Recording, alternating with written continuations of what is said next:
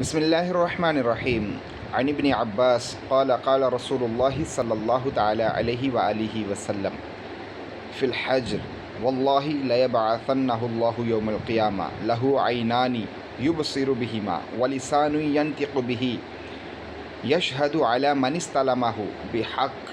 پیارے آقا صلی اللہ تعالی علیہ وآلہ وسلم آپ نے ارشاد فرمایا کہ حجر اسود یہ فرمایا کہ اللہ پاک قیامت والے دن اس کو اٹھائے گا اور اس کی دو آنکھیں ہوں گی جس سے یہ دیکھے گا، اور فرمایا اس کی ایک زبان ہوگی جس سے یہ بولے گا، اور اپنے چومنے والوں کی یہ گواہی دے گا۔